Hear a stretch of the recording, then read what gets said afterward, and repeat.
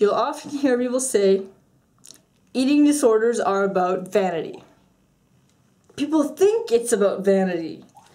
I'd say it appears to have everything to do with looks, when in reality it has everything to do with the mind.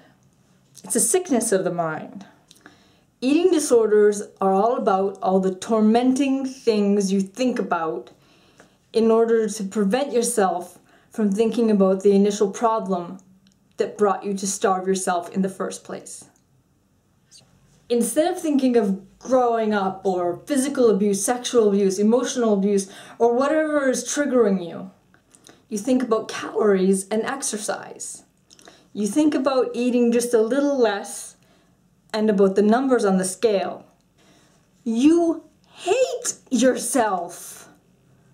There's so little room in your mind for the initial problem that it's like it's been replaced. You've created a new problem in its place. A method of coping. It's a form of self-harm.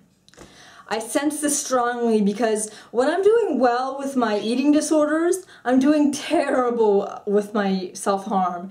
And when I was doing well with my self-harm, I was doing terrible with my eating disorders. So both of them were coping mechanisms and both of them were ways of hurting myself.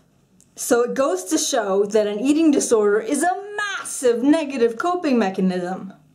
We need one to get by, and if we don't learn positive ones in time, then this is what a person can resort to. The illness isn't about the body, it's about the mind. It just seems like it's about the body because when you look at someone starving themselves, you can't see them screaming inside. You can't hear their self-hate or their thoughts of dying because of how they can't take it any longer. Sometimes too, it's not because they want to become more attractive, it's because they want to become less attractive, to lose their curves and become less attractive to men. Eating disorders are a really big misconception. And it's a shame. A really big shame.